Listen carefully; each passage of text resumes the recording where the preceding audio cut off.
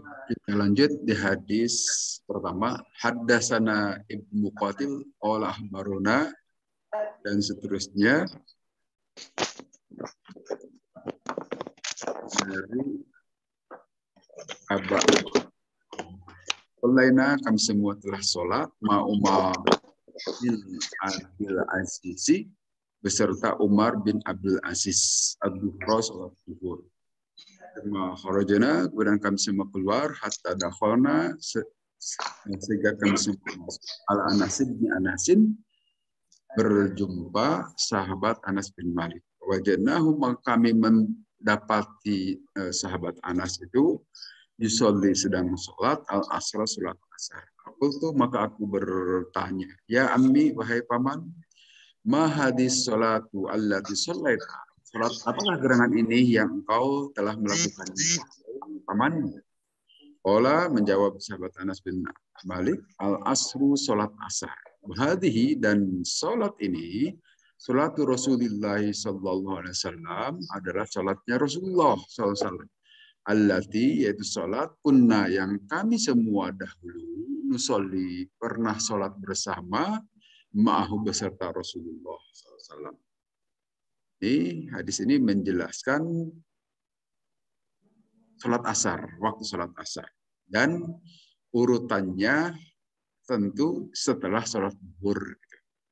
Artinya hadis ini juga menegaskan sholat itu 5 waktu sangat jelas dipraktekkan sejak zaman Nabi, para sahabat, para tabi'in. Karena ini Umar bin Abdul Aziz ini beliau sudah generasi tabi'in. Beliau itu seorang khalifah dari Bani Umayyah, tapi masih cicit atau keturunan Sayyidina Umar bin Khattab. Dan kita kenal Umar bin Abdul Aziz itu khalifah yang sangat adil. Bukti keadilannya itu, waktu itu negeri Muslim yang sudah membentang luas itu tidak lagi ada yang mau menerima zakat, saking sejahtera. Ini sebagai panutan kaum muslimin saat itu, sebagai pemimpin yang adil, yang baik sekali, dan bukti bahwa beliau seorang pemimpin yang baik, ya tetap melakukan ibadah seperti sholat ini pelihara terus oleh beliau. Di samping ibadah-ibadah sosial, yaitu menjalankan kepemimpinan di lingkungan masyarakat kaum muslimin. Beliau sangat menjaga sholatnya, sehingga bertanya-tanya juga kepada tentu para sahabat yang saat itu masih ada. Disebutkan di sini itu Anas bin Malik. Kita ketahui Anas bin Malik ini adalah ajudan Rasulullah, orang yang sangat dekat dengan Rasulullah SAW. Sehingga diceritakan beliau juga pernah sholat asar beserta Rasulullah dahulu, biasa melakukan itu.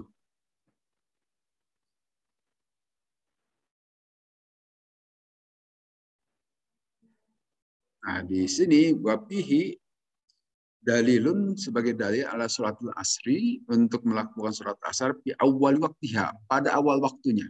Karena di cerita hadis itu, setelah sholat zuhur, kemudian berjumpa Anas bin Malik. Saat itu Anas bin Malik sedang sholat. Loh, baru saja sekarang masa sholat zuhur lagi itu Anas bin Malik, ternyata beliau itu sholat asar. Nah, dengan kata lain, sholat asarnya itu dilakukan di awal waktu.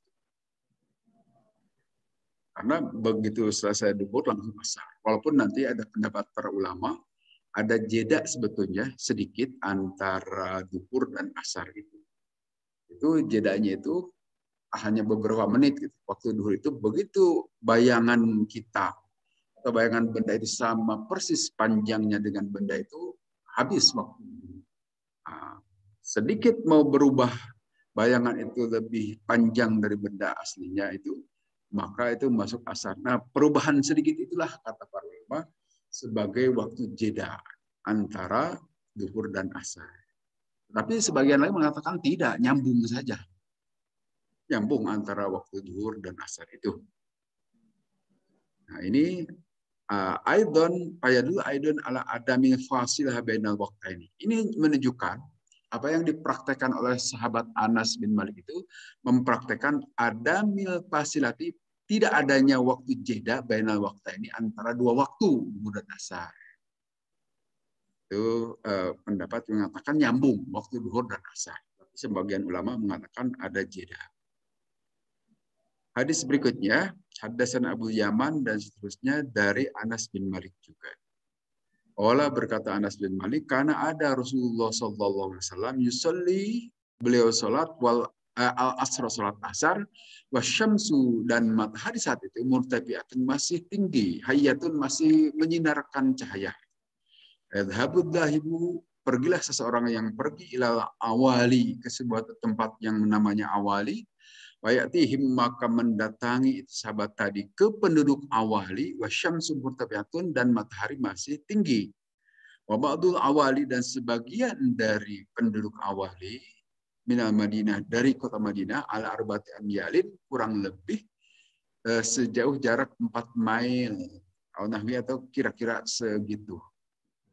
Kemudian hadis berikutnya yang sama Abdullah bin Yusuf dari Anas bin Malik juga masih sama. Qala berkata Anas bin Malik, kunna ada kami semua nusolli salat kami al-asr salat asar, sumayadhabu kemudian pergi at-tahibu seorang yang pergi minna di antara kami ila Kubain ke Kuba. Satu tempat di dekat Madinah juga. Ayatihim maka mendatangi seseorang yang pergi tadi ke penduduk Kuba wasyamsu murtafiatun dan matahari masih tinggi. Nah, ini juga menunjukkan bahwa waktu asar itu sebelum matahari terbenam, masih meninggi, masih menyorotkan sinarnya. Dan nanti menurut penelitian atau menurut pendapat beberapa orang, sinar matahari sore-sore itu sama kualitasnya dengan sinar matahari pagi. Bisa membangkitkan vitamin D. Ya, mengubah yang pro vitamin D menjadi vitamin D itu yang pagi dan siang, yang sore gitu.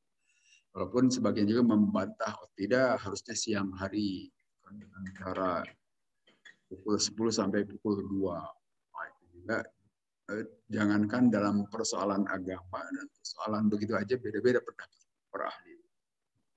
Yang jelas sinar matahari itu memberikan manfaat untuk kita. Dan di sini sinar matahari itu menjadi pertanda bahwa waktu asar itu harus masih menyorot sinar matahari. Artinya belum tenggelam sebelum maghrib.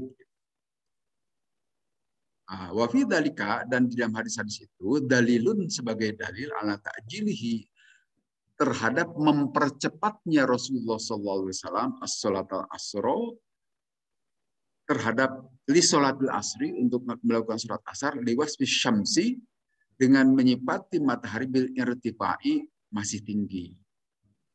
Artinya tadi masih menyorot. Usahakan masih ada sinarnya masih keluar. Jangan dekat-dekat mau tenggelam. Saya kira apa yang sudah kita praktekkan selama ini insya Allah masih sesuai dengan petunjuk hadis ini. Artinya masih benar. Nah, kemudian menurut Imam Nawawi juga berkata, Imam Nawawi ini seorang ulama di lingkungan mazhab Syafi'i, al-mubadaratu bisolatil asri bi awwali waqtiha. Itu hadis memberikan petunjuk untuk setiap kita kaum muslimin untuk bersegera melakukan sholat asar pada awal waktunya. Nah, tentu ini keutamaan. Walaupun pada saat tidak di awal waktu juga tetap sah. Secara fikih tidak masalah. Sah-sah saja itu sholat. Ya, tentu bagi kita, bagi yang ingin memperoleh keutamaan dan belajar yang namanya teori optimasi, gitu. Optimasi itu ingin mendapatkan sesuatu lebih. Dan dalam teori ekonomi juga begitu kan. Dengan modal sekecil-kecilnya memperoleh keuntungan sebesar-besarnya. Pikiran manusia pada umumnya begitu. Tapi itu pikiran kalau benda-benda terlihat yang kasat mata. Tapi kalau urusan yang tidak terlihat yang sifatnya virtual atau maya itu abai. Nah, padahal dalam sholat juga begitu. Ada yang optimal, ada yang minimal. Nah, yang optimal itu awal waktu. Nah, kalau kita sadar, mengetahui pasti akan diambil yang optimal. Modalnya sama, yaitu wudhu masuk ke masjid, kemudian bergerak 4 rakaat awal waktu. Di akhir waktu juga atau pertengahan waktu juga begitu, modalnya sama, tapi nilainya beda. Kalau yang mengerti teori optimasi, tentu akan ngambil yang optimal. Orang-orang ekonomi mestinya begitu. Tapi sekali lagi, itu pikiran hanya untuk yang kasat, yang terlihat saja. Keuntungan dalam berdagang, dicari, berkemana pun. Karena bisa ratusan juta untungnya. Tapi sholat, yang sebetulnya persentasenya itu, dengan berjamaah di masjid, 27 kali berapa 2.700% gitu. Orang tidak sadar dan cenderung abai. Kemudian babu ismin min manfaatul asr. Bab dosa bagi orang yang kehilangan sholat asar. Haddasan Abdullah bin Yusuf qala akhbarana an-Nafi an Ibnu Umar, dari Abdullah bin Umar. Anna Rasulullah, sungguhnya Rasulullah sallallahu alaihi wasallam qala, bersabda Rasulullah, alladzi tafutuhu, seseorang yang kehilangan salatul asri, salat asar, karena mawutiru ahluhu wa malu, seolah-olah kehilangan keluarga dan hartanya. Artinya di sini menurut Ibnu Hajar Al-Asqalani itu dosa. Itu dosa besar. Dan kita tahu salat asar itu dalam Quran disebutkan hafidhu ala sholawat wa sholatul wusta. Pelihara sholat-sholat itu dan juga sholat wusta. Nah, nanti para ulama menafsirkan sholat wusta itu sholat asar. Wusta itu artinya pertengahan. Wasit itu bahasa Quran itu. Penengah. Referee lah bahasa Inggris. Jarang-jarang nyapa. Nah, sehingga wusta itu dari kan ada hal ini Quran secara khusus menyebutkan pelihara sholat wusta asar. Karena pada saat asar itu cenderung lalai, cenderung bermain. Kalau di sini main poli, gitu. Orang itu lebih senang main poli daripada ikut sholat berjamaah asar. Ya, gitu kan. Kalau sudah berkostum poli itu, sholat asar itu dinantikan. Kalau keburu sholat, kalau tidak ya udah lewat. Poli Mas Haji, masa enggak aja? Tahu teori optimasi. Dan umumnya itu adalah para pemuda. Tapi orang tuanya juga membiarkan, kita-kita juga. Hanya kalau diingat, biarkan ya.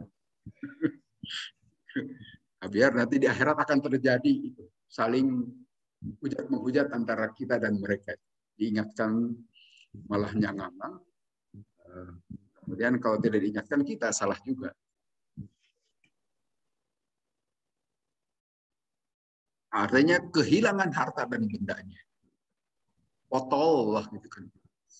Seolah-olah gitu kalau sampai tidak melaksanakan sholat asar. Tidak boleh pernah. Artinya ini juga menyebutkan semua sholat itu utama, sholat yang 5 waktu itu. Jangan dipilih-pilih. Harus sholat diutamakannya subuh. Karena itu, bisa dicap munafik kalau tidak sholat subuh. Tidak. Sholat yang lain juga wajib dikerjakan. Itu hanya seperti saya pernah cerita. Ajaran Islam itu, Al-Quran itu seperti mosaik. Yang namanya mosaik, diamond, intan itu. Dimanapun dilihat, dari sudut manapun terlihat indah. Semua sisi bagus. Jadi kalau 5 waktu itu, masing-masing waktu sholat itu punya keistimewaan. Jangan mengambil hanya satu sisi. Semuanya istimewa, sholat-sholat. Seperti tadi dijelaskan di dalam video, semuanya punya keistimewaan. Di antara kita suka mengutamakan sholat tertentu. Tidak boleh itu tidak adil namanya. Kalau mau disebut muslim yang mukmin, yang muhsin. Kemudian di hadis berikutnya, haddatsana Muslim bin Ibrahim qala haddatsana Yahya, dan seterusnya. Di sini Nabi bersabda begini. Fa innan nabiyya, maka sungguhnya Nabi sallallahu qala, bersabda Nabi, man taraka salatal asri faqad habita aman. Siapa orang yang meninggalkan salat asar maka telah hancur amalnya. Habito itu hancur dalam arti hilang, lebur sama sekali. Nah, malahan dalam sejumlah ayat Al-Quran, habito itu digunakan bagi seseorang yang man asyrakta la yahbatanna amaluka, begitu dalam ayat Al-Quran. Siapa yang melakukan musyrik la yahbatanna, hanya bentuknya fi'il mudhari kalau di sini. Kalau ini fi'il madhi ya. Tapi itu juga.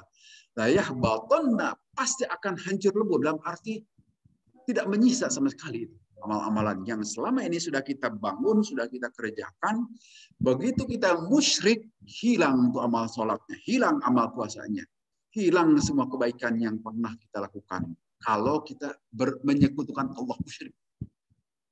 Sama seperti orang yang selama ini kafir, kemudian masuk Islam, semua dosanya juga hilang.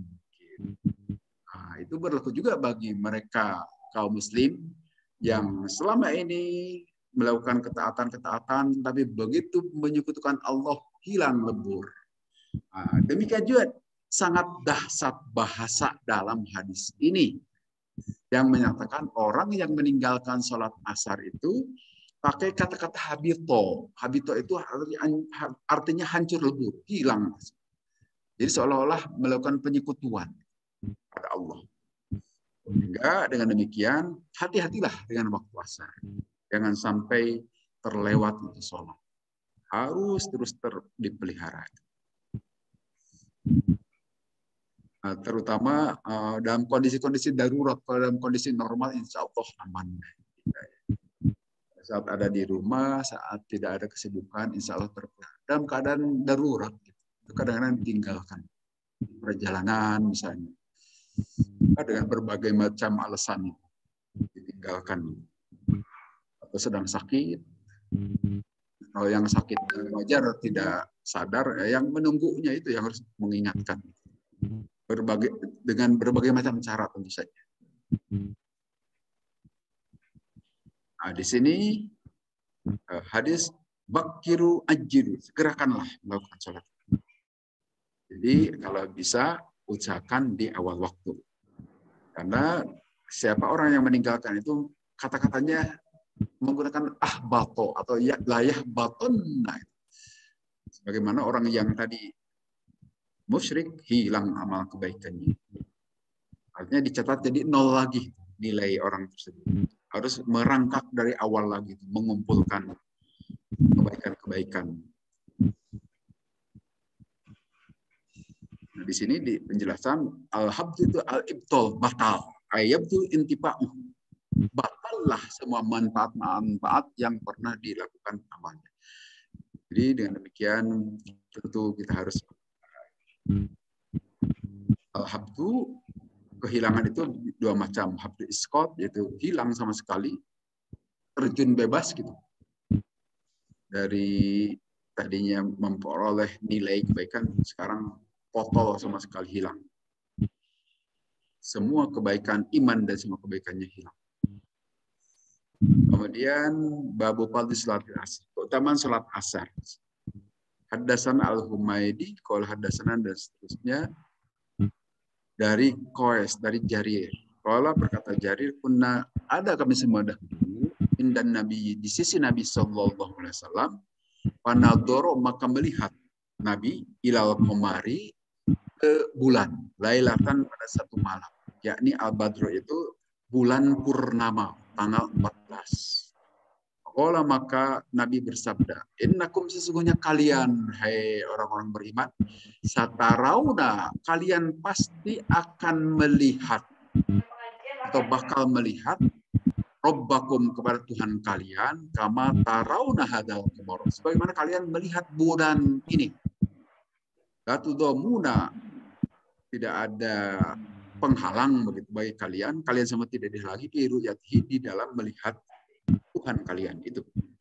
Ini stata'tum, maka apabila kalian kuat mampu Allah tughlabu, supaya tidak dikalahkan ala sholatin, untuk melakukan sholat qabla tulu'i syamsi, sebelum matahari terbit, wa qabla ghurubiha, dan sebelum terbenam matahari, waf'alu, maka kerjakan oleh kalian. Maqara'a, kemudian Nabi SAW membacakan ayat wasabbih bihamdi rabbika qabla tulu'i syamsi wa qabla ghurub, dan tasbihlah dengan memuji Tuhanmu sebelum terbit matahari dan sebelum tenggelam. Allah berkata Ismail, rawi hadis, if'alu, kerjakanlah oleh kalian, la tapu tannaku. Jangan sampai lepas gitu, dari kalian semua mengerjakan. Kemudian hadis yang senada di hadis berikutnya, Haddatsana Abdullah bin Yusuf, Haddatsana Malik an Abi Zinad anil A'raj an Abi Hurairah anna Rasulullah SAW bersabda, ya ata'a qabuna, silih bergantian fikum di kalian semua, siapa malaikatun, para malaikat, billaili, pada saat malam, wa malaikatun, dan malaikat bin nahari, pada saat siang. Wa yajtami'una, dan kalian dan itu para malaikat berkumpul di salatil fajri, saat salat subuh, wa salatil asri, dan salat asar. Semuanya rujuk, kemudian naik alladzina, para malaikat, batu yang jaga malam, fikum, di antara kalian, was'aluhum, maka akan bertanya Allah kepada malaikat yang jaga malam itu, bahwa a'lamu, dan Allah Maha tahu. Saja, kaifa taraktum, bagaimana kalian hai para malaikat meninggalkan ibadi hamba-hambaku? Fayaquluna, maka menjawab para malaikat, taraknahum, kami meninggalkan hamba-hambamu wahai Allah, wahum, padahal mereka yusalluna, sedang sholat, wa atainahum, dan kami juga mendatangi mereka pada sore-sore, wahum, mereka sedang sholat asar. Ini hadis menjelaskan keutamaan sholat asar. Jadi ini hadis lain yang menyatakan bahwa di antara kita kadang-kadang hanya jadi ikut berjamaah di masjid ini, jadi jamaah kalong saja kan. Jamaah kalong itu hanya ikut sholat berjamaah di masjid hanya malam saja, maghrib atau isya dan subuh. Kalau duhur asar itu jarang ke masjid. Apa itu? Jemaah kalong. Kalong itu berkeliarannya pada malam hari kan, lalai. Dan demikian hadis-hadis ini menjelaskan semua sholat itu punya keutamaan. Mari kita utamakan selagi ada waktu, selagi masih sehat, dan selagi masih bisa. Jangan sampai setelah sakit, aduh saya sakit tidak bisa ke masjid, aduh nggak usah dicapin itu, udah pasti sedang sehat, pura-pura tidak mau, tidak mau tahu. Nah, jadi di sini hadis ini menjelaskan, kata Nabi, kalian semua itu akan melihat Tuhan kalian. Nah, ini nikmat paling besar di surga. Nikmat paling besar di surga. Kata Nabi SAW itu adalah bisa memandang Allah. Dan pandangan itu bukan seperti pandangan kaum sufi di dunia ini. Bisa melihat Allah tapi dengan mata batin. Nah, itu sulit membayangkannya bagi kita. Tapi kalau yang di surga itu, kenikmatan yang paling dahsyat, paling besar itu memandang zat Allah. Dan itu tidak gratisan tentu saja. Hanya bagi penduduk surga. Nah, penduduk surga, bagaimana kita bisa memandang Allah? Ya harus masuk ke surga. Nah, diibaratkan oleh Nabi di sini, sebagaimana kalian memandang bulan purnama. Dan tidak diibaratkan memandang matahari kan. Kalau matahari siapa yang kuat coba memandang matahari? Jangankan 1 jam, 1 detik saja kan sudah tidak kuat kita itu, karena sangat silau. Tetapi kalau memandang bulan, nyaman saja, enak. Padahal sewaktu Nabi Musa alaihissalam memohon kepada Allah, wahai Allah, perlihatkanlah zatmu kepadaku. Kan? Ingin melihat zatmu secara langsung. Allah menjawab kepada Nabi Musa, silahkan datang ke Bukit Tursina. Kalau engkau ingin melihat zatku, perhatikanlah dulu Bukit Tursina, gunung itu. Kalau gunung itu masih tetap ada, maka engkau bisa melihat. Tapi kalau gunung itu hancur, mana mungkin engkau bisa melihat. Begitu gunung itu hancur, langsung Nabi Musa juga pingsan. Nah, artinya nggak mungkin lah, gitu. Mana mungkin gitu. Di dunia ini seorang hamba bisa melihat zat Allah, tidak mungkin. Seorang Rasul pun tidak bisa, tidak akan kuat, karena zat Allah ya tidak sama dengan makhluk, tidak bisa kita lihat. Jangankan kepada zat Allah, kepada makhluk Allah aja matahari kita tidak kuat lama memandang. Karena sinarnya cahaya demikian besar, kuat. Apalagi melihat zat Allah. Nah, tetapi di akhirat nanti Allah itu bisa dilihat oleh hambanya dengan hadis ini, dan ada juga di dalam ayat Al-Quran. Panadiratun di situ ila rabbiha nadiroh, kepada Tuhannya nadiroh, memandang. Ada di Al-Quran.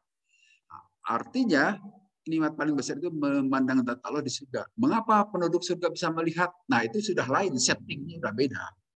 Setting penduduk surga dengan manusia yang ada di dunia sudah beda kan. Kalau di sini ya masih menggunakan mata ini. Mata yang di sini terbatas kan. Bisa melihatnya itu. Baru bisa melihat benda jika ada cahaya. Kalau tidak ada cahaya tidak bisa melihat kita juga. Dan yang di balik tembok ini juga tidak bisa kita lihat kan. Terbatas. Masih lebih tajam mata kucing. Lebih tajam mata binatang dibanding dengan kita kan. Atau kelelawar, lalai, kalong gitu. Walaupun tidak ada cahaya, masih tidak akan nabrak ini, tidak akan nabrak benda. Coba perhatikan kalau sore-sore jam maghrib itu, lalai keluar itu, berkeliaran di sekitaran atap kita itu, tidak pernah nabrak itu. Padahal matanya itu kan ya sudah kegelapan. Nah, itu disertai dengan itu infrasonik kalau itu ya. Infrasonik, dia itu punya sensor infrasonik. Jadi tidak akan mungkin nabrak. Ada kelebihan, kita kan tidak punya infrasonik. Kalau giliran tidak lihat, nabrak ya nabrak saja, gitu kan.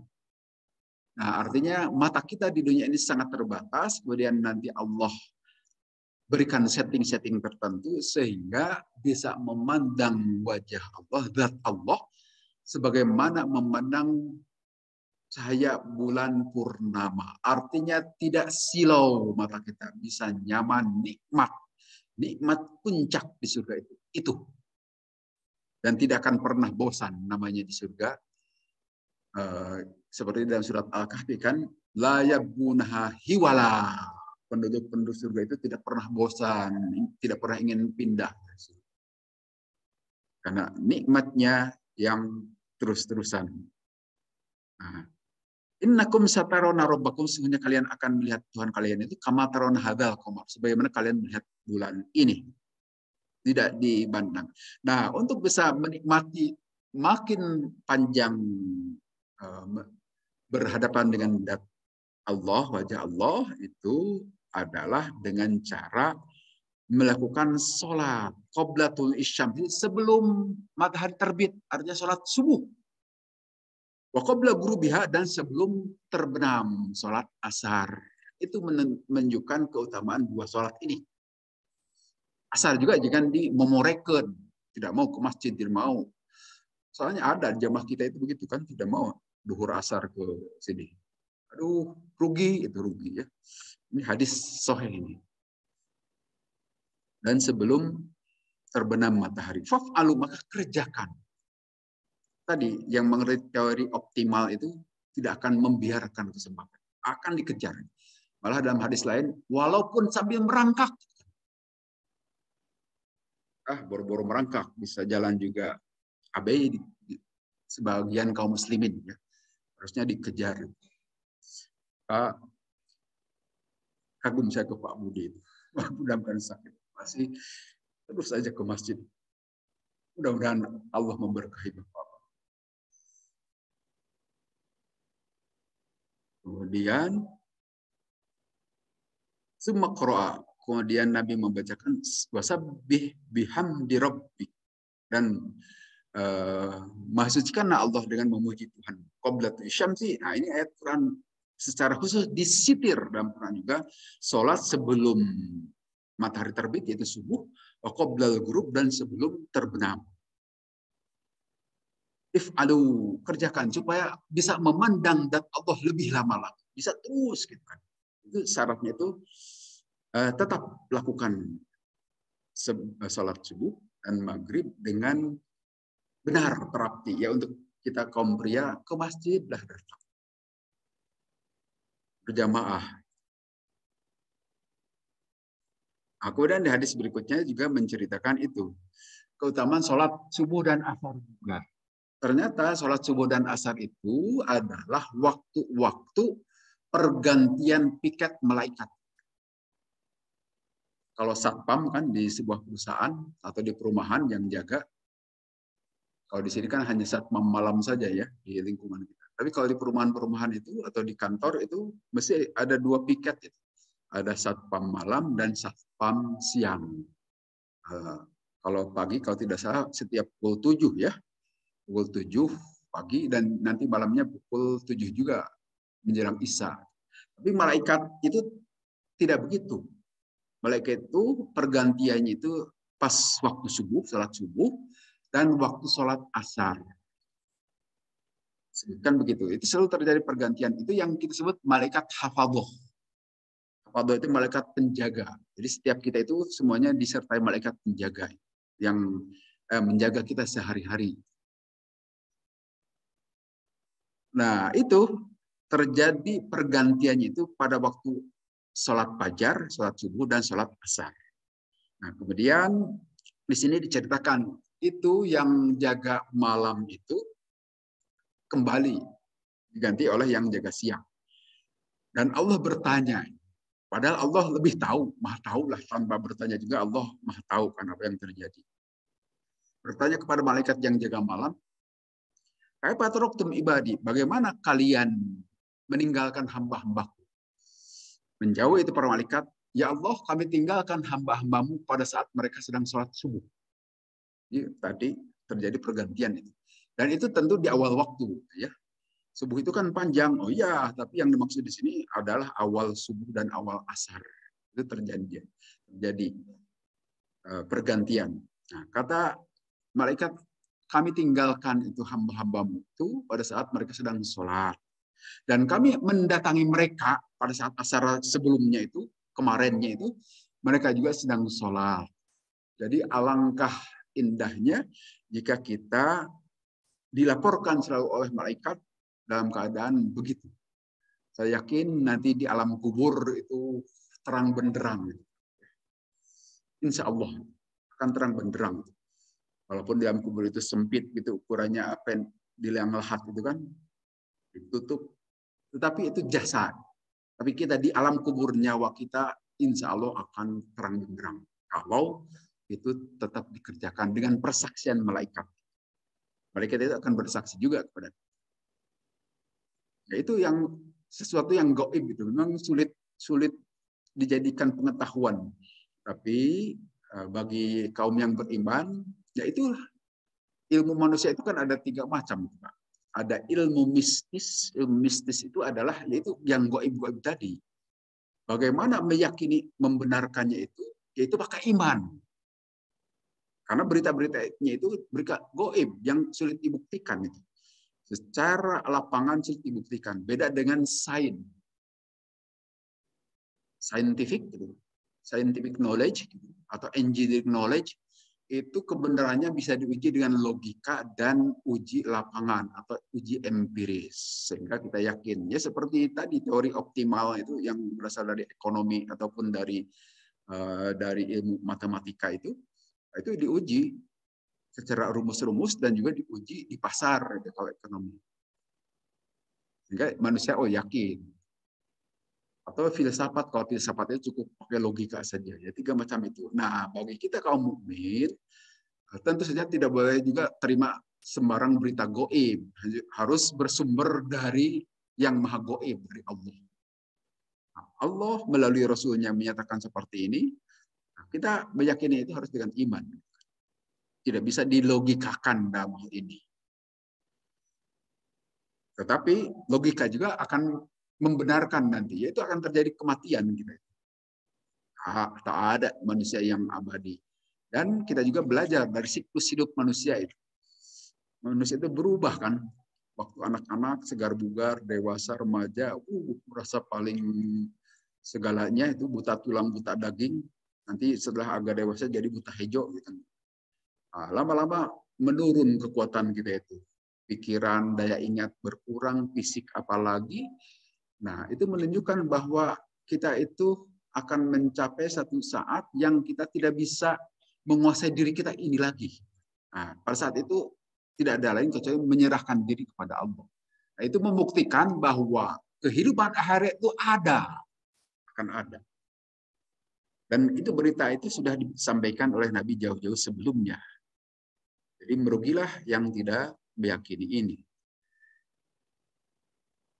Dalam Al-Quran nanti seperti di dalam surat Al-Isra kan, aqimis sholata liduluki syamsi ila ghasaqil laili wa qur'anal fajr inna qur'anal fajri kana masyhuda. Ada kata-kata begitu. Inna qur'anal fajri, sesungguhnya pembeda al-fajr pada saat sholat fajar itu masyhuda, disaksikan. Nah, itu menguatkan hadis ini bahwa betul pada saat sholat fajar itu kita disaksikan malaikat, pergantian piket. Quran juga membenarkan, menguatkan itu. Dan hadis ini menguatkan, hadis sahih. Sehingga tangkap itu dengan sebaik-baiknya. Kalau semampu kita, kalau kita mampu, usahakan. Jangan pura-pura tidak mampu. Kecuali kalau tidak mampu betulan, sudah uzur, sudah memang punya alasan yang kuat, tidak apa-apa. Selagi masih mampu, kuat, bisa melaksanakan dengan optimal, mengapa tidak? Kemudian, ini sudah dijelaskan tadi, ini berdasarkan penjelasan di sini sebetulnya. Jadi, dua waktu itu istimewa di hadapan Allah. Waktu subuh dan waktu asar. Walaupun nanti ada hadis lain, isya dan subuh, waktu duhur juga, makanya semuanya istimewa sebetulnya. Jangan hanya memilih-milih jadi jamaah kalong saja.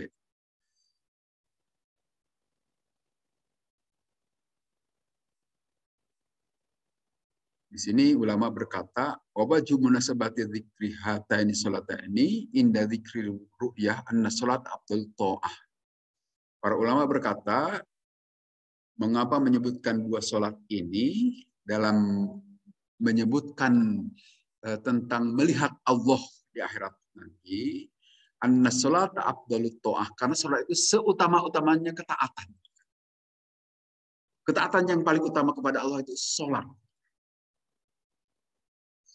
Betul, ada amal sosial, sedekah jariah, dan sebetulnya berbaik kepada orang. Itu semuanya itu adalah cabang. Kan dalam hadis disebutkan, yang awal ma yuhasabu indallahi yaumil qiyamah as-shalah. Pertama kali yang akan dihisab pada hari kiamah di sisi Allah adalah sholat.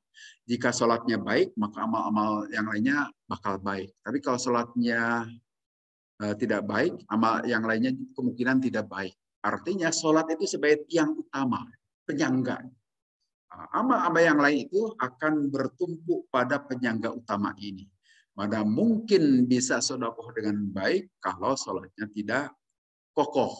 Walaupun bisa saja orang lebih sering sedekah, tapi sholatnya agak tidak kuat, itu tidak akan berarti sedekah. Karena sholat ini tiangnya itu. Dalam hadis lain kan as-sholatu imaduddin. Sholat itu adalah tiang agama, tiang pancangnya. Yang lain-lainnya itu akan menop atau akan ikut bergantung kepada sholat. Jadi jangan sepelekan sholat.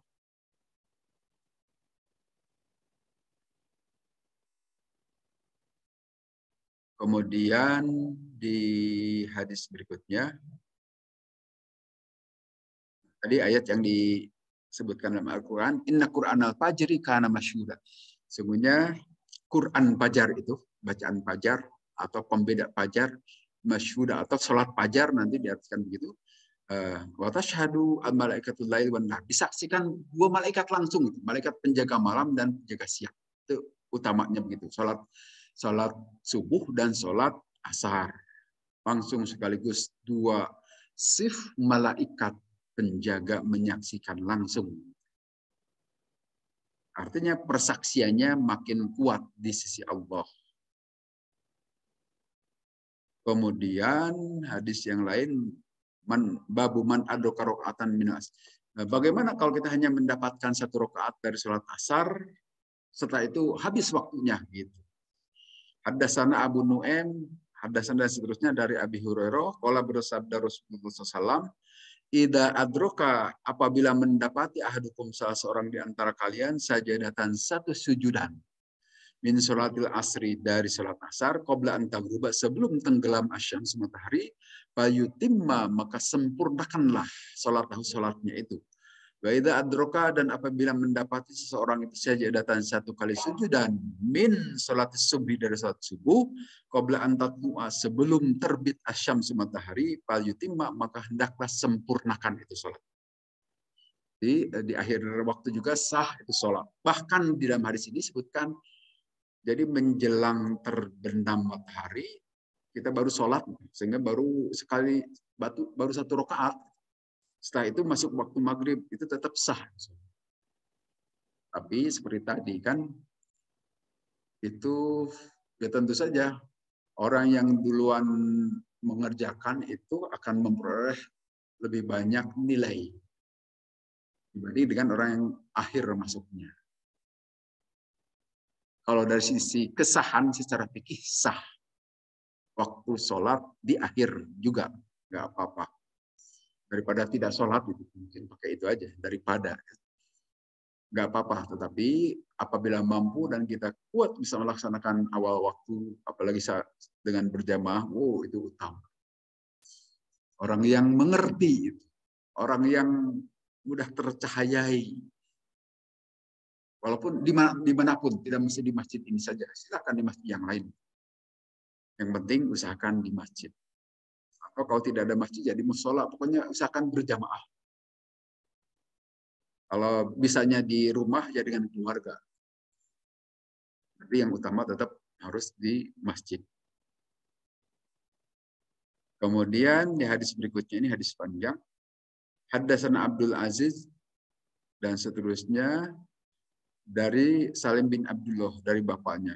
Annahu, sesungguhnya bapaknya, sami'a, mendengar Rasulullah SAW yaqulu, bersabda, innama baqa'ukum bima salafa qablakum, sesungguhnya sisa kalian dibanding dengan umat sebelum kalian itu, minal umami, dari umat-umat dahulu, kama bayna sholatil asri ila ghurubi syamsi, sebagaimana perumpamaan antara sholat asar sampai terbenam matahari. Utia, diberikan ahlu Taurati, ahlu Taurah, orang-orang Yahudi at-Taurata, dengan kitab Taurat. Fa'amilu, mereka beramal, hatta idan tasopa, sehingga apabila sudah tengah an-naharu, hari, ajiju, mereka lemah. Itu maka mereka diberikan kiroton 1 kirot. Kiroton 1 kirot saja. Semua utia, kemudian didatangkan ahli Injili, ahli Injil, orang-orang Nasrani, al-Injila, dengan kitab Injil. Fa'amilu, mereka beramal berdasarkan kitab Injil itu ila sholatul asir, sampai sholat asar. Semua ajaju, kemudian mereka juga melemah. Itu maka mereka diberi pahala kiroton 1 kirot, kiroton 1 kirot saja. Semua utina, kemudian kita semua kaum muslimin diberikan Al-Qur'an, Fa'amilna, maka kami semua mengamalkan Al-Qur'an itu ila ghurubi syamsi, sampai terbenam matahari. Fa'utina, maka kita semua ini umat Nabi Muhammad SAW, umat Islam, diberi kirotoini 2 kirot, kirotoini 2 kirot. Pakola, maka berkata ahlul kitab, baini, 2 ahlul kitab, yaitu Yahudi dan Nasrani, ai Rabbuna, wahai Tuhan kami, a'taita haulai, engkau memberikan ke umat Nabi Muhammad itu kirotoini 2 kirot, wa'taitana, dan engkau berikan kepada kami kiroton hanya 1 kirot. Wa nahnu, padahal kami semua, kami semua aksaro amalan, lebih banyak amalnya. Qala, berkata Nabi, qala, menjawab Allah Azza wa Jalla, hal dalam tukum, apakah aku telah mendolimi kalian, min ajrikum, perihal ganjaran bagi kalian, min syai'in, dengan sesuatu. Qalu, menjawab itu Yahudi dan Nasrani, la, tidak. Qala, Kemudian Allah berfirman bahwa fadli itulah keutamaanku. Utihi, aku memberikan keutamaan itu man asya'u kepada orang yang aku kehendaki. Nah, ini hadis menceritakan fase sejarah ajaran yang Allah berikan kepada tiga kelompok manusia. Nah, di sini digambarkan perumpamaan kalian terhadap umat-umat sebelum kalian itu seolah-olah meneruskan umat-umat sebelumnya itu, tetapi waktu yang disediakan itu dari asar sampai maghrib. Karena kalau sudah maghrib, tenggelam matahari, artinya terjadi kiamah. Nah, perumpamaannya seperti itu. Dahulu orang-orang Yahudi dan Nasrani itu, Allah Yahudi ini beri petunjuk dengan kitab suci mereka, kitab Taurat. Mereka beramal sesuai dengan kitab Taurat. Tetapi di tengah-tengah waktu, mereka itu hanya mampunya sampai duhur saja, kan? Melemah di situ. Artinya hilang semangat untuk mengamalkan kitab Taurat itu. Melemah sehingga tidak lagi mau berpegang pada kitab Taurat. Dan kita tahu, yakini itu kan, nanti kitab Taurat itu mereka ubah-ubah. Dan yang diamalkan sekarang oleh Yahudi itu bukan Taurat lagi, tapi tafsiran Taurat, Talmud, kitab Talmud. Yang nanti di orang-orang Kristen itu kitab Taurat itu diubah jadi Perjanjian Lama, Old Testament, Perjanjian Lama itu. Nah, mereka melemah di tengah hari sehingga tidak mampu mengamalkan Taurat dengan baik. Nah, maka Allah beri ganjaran mereka itu yang tetap pegang teguh itu hanya 1 kirot saja. Ganjaran perumpamaan ini. Demikian juga dilanjutkan oleh orang-orang Nasrani. Dilanjutkan oleh orang-orang Nasrani, Allah beri petunjuk mereka dengan kitab Injil, ternyata mereka juga masuk angin di tengah jalan. Melemah, hanya kuat sampai asar. Mereka ubah-ubah dari kitab yang asli itu seperti yang sekarang kita ketahui. Menyimpang jauh, walaupun masih ada yang asli seperti Barnabas. Injil Barnabas itu masih sejalan dengan Quran. Kalau Injil yang lain-lainnya itu sudah menyimpang jauh. Nah, mereka juga tidak kuat. Bagi mereka yang tetap berpegang teguh, dahulu itu hanya dikasih 1 kirot saja. Tapi kalian, umat Nabi Muhammad SAW itu diberi 2 kirot. Sehingga pengertian kirot itu apa? Nanti dalam hadis lain dijelaskan. Dijelaskan bahwa 1 kirot itu perumpamaannya sama seperti Gunung Uhud yang ada di Madinah. Bapak Ibu yang pernah melihat Gunung Uhud itu besar kan, memanjang. Kalau di kilo, wah berapa metrik ton itu. Sangat besar Gunung Uhud. Artinya itu hanya gambaran kiasan. Pahala yang Allah berikan kepada umat Nabi Muhammad itu jauh lebih besar dibandingkan dengan pahala umat-umat dahulu. Walaupun nanti protes ini, umat-umat dahulu itu. Wahai Tuhan kami, Engkau berikan kepada umat Nabi Muhammad itu dengan pahala yang berlipat ganda. Sedangkan ke kami hanya satu kali saja. Padahal kami dahulu lebih banyak amalnya. Apa sebab lebih banyak amal? Karena umur mereka lebih panjang-panjang. Seperti diceritakan itu ada cerita Sam'un gitu kan dari Bani Israel. Sam'un itu seorang pahlawan, seorang orang yang taat kepada Allah, yang menjadi sebab turunnya surat Al-Qadar atau Lailatul Qadar, itu salah satu pemicunya itu adalah kisah Sam'un. Sam'un ini seseorang yang berbakti kepada Allah, seorang yang baik, malamnya dipakai ibadah kepada Allah, siangnya dipakai jihad untuk menyebarkan agama Allah selama 1000 bulan. Selama 1000 bulan terus-terusan. Ya, karena 1000 bulan itu 83 tahunan lebih kan ya. Nah, mengapa bisa kalau di kita usia 83 tahun kan sudah lemah gitu. Susah lagi boro-boro untuk berjihad melawan kemungkaran sebagainya. Untuk datang ke masjid aja tidak bisa kan. Untuk berjihad melakukan itu karena sudah lemah biasanya badannya itu. Nah, dahulu umat-umat zaman Bani Israil itu 80 tahun, 83 tahun itu berjuangnya saja. Sehingga bisa jadi usianya lebih besar lagi, lebih panjang lagi dari 83 tahun. Kemudian berdasarkan itu diceritakan oleh Rasul kepada para sahabat, wah mana mungkin kalau gitu Rasul kami bisa menyamai mereka. Allah beri keistimewaan untuk umat Nabi Muhammad itu dengan Lailatul Qadar itu. Dan seterusnya itu ceritanya tersendiri lagi. Nah, nanti di akhirat umat-umat terdahulu itu protes kepada Allah. Hai Allah, engkau lebih istimewakan umat Nabi Muhammad dibanding kami, padahal kami lebih banyak amalnya. Yang lebih banyak amalnya, lebih panjang usianya itu hanya diberi 1 kirot. Tetapi Allah berfirman di sini. Ini hadis qudsi ya. Wa huwa fadli utihi man asya. Itulah karuniaku yang aku berikan kepada siapapun orang yang aku kehendaki. Sudah, akulah yang berkuasa. Kau jangan protes-protes, kira-kira begitu. Kamu bisanya hanya membangkang gitu. Kebanyakan Yahudi Nasrani kan membangkang kepada Allah. Umat Nabi Muhammad itu lebih baik dibanding kalian. Jadi itu keistimewaan umat Nabi Muhammad SAW. Kemudian hadis terakhir, hadasana Abu Quraib, qala hadasana Abu Usamah dan seterusnya dari Abi Musa, anil Nabi dari Nabi SAW. Masalah muslimina, perumpamaan orang-orang Islam wal Yahudi wan Nasoro dengan orang Yahudi dan Nasrani, kama rajulin, seumpama seseorang laki-laki istajaro yang buburuh gitu ya. Kauman kepada mengaburuhkan atau memkerjakan kauman satu kelompok orang yang baluna yang mengerjakan itu kaum itu lahu bagi si laki-laki tadi itu amalan satu pekerjaan ilalai sampai malam. Pak Amilu, tetapi mereka itu mengerjakan ilani sepil nahari hanya sampai setengah siang. Pakolu, kemudian berkata si orang yang dipekerjakan itu lah hajata, tidak ada kepentingan lagi lana bagi kami la ajrika terhadap upahmu. Pas tak jaro, kemudian si laki-laki itu mempekerjakan akhirina kelompok lain.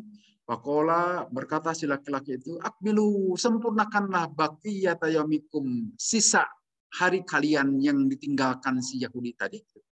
Walakumul ladzi syarattu, dan bagi kalian akan memperoleh setengah yang dari dikerjakan si orang kelompok tadi. Pak Amilu, mereka mengerjakan hatta idza kana hina salatul asr, sehingga setelah salat asar qalu laka ma'amilna, tidak kuat sampai salat asar saja. Pas tak jaro, kemudian si laki-laki tadi itu mempekerjakan kauman ke kelompok lain.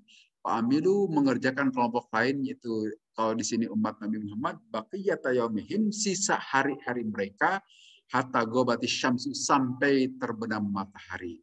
Wastakmalu, dan menyempurnakan ajral pariqani, ganjaran 2 kelompok sebelumnya. Ini hadis ini senada dengan hadis di atas. Jadi tadi disebutkan diumpamakan seseorang yang minta kepada satu kelompok kerja untuk mengerjakan sampai malam.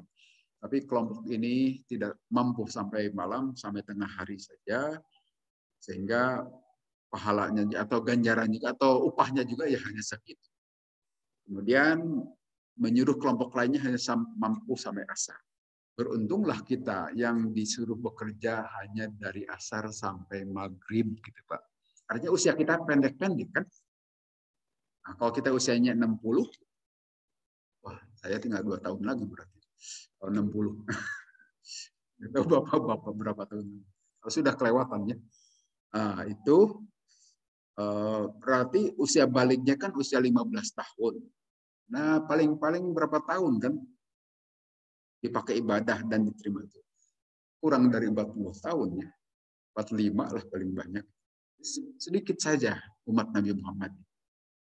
Umat Nabi Muhammad itu sebentar saja, tetapi nilai dari Allah itu tinggi. Beda dengan umat yang dahulu, usianya panjang-panjang, tapi nilainya itu hanya setengah dari nilai umat Nabi Muhammad SAW. Karena itulah keistimewaan umat Nabi Muhammad. Terakhir dikeluarkan, ya dilahirkan ke dunia ini, tetapi paling dahulu dimasukkan ke surga. Bungsu namanya juga kan, si bungsu itu begitu. Terakhir lahir dari keluarga, dan kebagian sisa-sisa saja, itu air susunya juga air susu sisa. Tapi biasanya dipikirnya lebih oleh keluarga ya. Kira-kira begitu. Kita umat Nabi Muhammad SAW. Di sini sekali lagi cerita tentang sholat. Terutama diceritakan di sini sholat asar. Karena tadi diumpamakan kita ini dari sholat asar sampai maghrib. Itu juga isyarat untuk selalu mementingkan sholat asar. Usahakan dengan berjamaah di masjid. Selagi bisa, tentu saja. Tidak dipaksa. Kalaupun tidak mampu, tidak mau, ya nggak apa-apa. Itu risiko tanggung sendiri. Dan pasti setiap perbuatan kita itu akan ada konsekuensi, ada akibat. Hanya tidak semuanya bisa membaca akibat kita.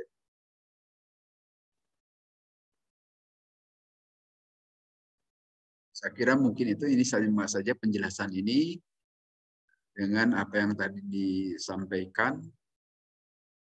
Diulang-ulang nanti kalau disampaikan. Cukup sampai di sini. Silakan mungkin sebelumnya kita diskusi dulu